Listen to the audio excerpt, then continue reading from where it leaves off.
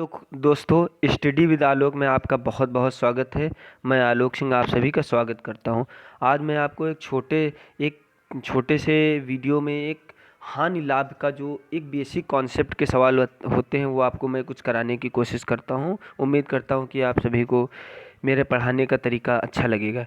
सबसे पहले कोई भी आप चीज़ खरीदने आते हो तो उस पर एक MRP रेट पड़ी होती है। मान लीजिए अगर 100 रुपये पड़ी है और दुकानदार ने आपको उस पर 20% की छूट दिया है। भाई आपसे उसके बाद में अगर मैं पूछूं वो वस्तु आपको कितनी पड़ी, तो आप सिंपल बात 100 का 20% अगर आप निकाल देंगे तो आप बता देंगे कि वह वस्तु आपको 20 अर्थात 100 में से अगर हम 20 माइनस करेंगे 80 रुपये की पड़ी। इसी टाइप्स के कुछ सवाल हैं जो आज हम आपको कराएंगे और उम्मीद करेंगे आपको समझ में आए। तो पहला सवाल के पास में पहुंच चलते हैं। लिखा है किसी वस्तु का अंकित मूल्य 600 रुपये है, अर्थात उसका जो MRP रेट है वो 600 रुपये है। और अगर उसको मैं 700 रुपये में बेचता हूँ, आप उसकी सेलिंग जो प्राइस है अगर 700 रुपये है तो पूछा है कितने परसेंट का लाभ है। तो अगर आप 600 की वस्तु है, अगर आप 700 में बेच रहे हैं तो 100 रुपये का लाभ हो रहा है।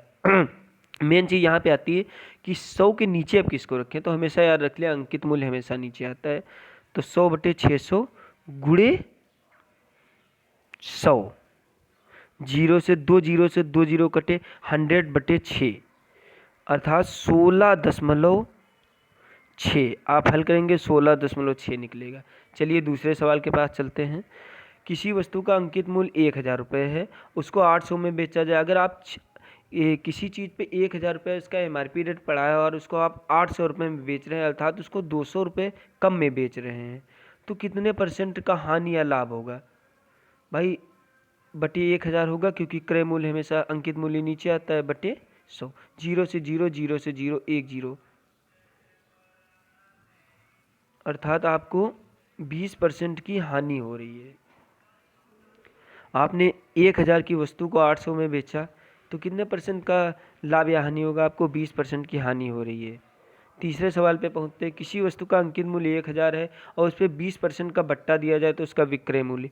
भाई 1000 रुपये उसका MRP रेट पड़ा, उस पर आप 20% का बट्टा दे रहे हैं, बट्टे 100 कर रहे हैं। 20% 1000 का 20% निकालना, जीरो से 100 गुणे 200, अर्थात उस पर आप 20% का बट्टा दिया और 200 रुपये आपका सॉल्व करके 200 रुपये निकला। आप 1000 में से अगर आप 200 माइनस करेंगे तो 800 रुपये, अर्थात उसको आप 800 रुपये का बेचेंगे।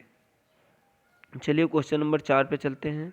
किसी वस्तु को 20% बट्टा देने के बाद वह वस्तु 800 में बेची जाती है, तो उसका अंकित मूल्य ज्ञात करें, अर्थात जो उस पर लिखा था। भाई 20% का आपने बट्टा दिया, मतलब 100 में से आपने 20% का तो छूट दे ही दिया आपने, मतलब 80% बचा आपके पास। और यही 80% का मान आपको दिया है 800, और आपसे अंकित मूल्य पूछ रहा है, अर्थात आपसे 100% का मान पूछ रहा है। तो भाई 800/80 गुणे 100, 2 जीरो से 1 जीरो से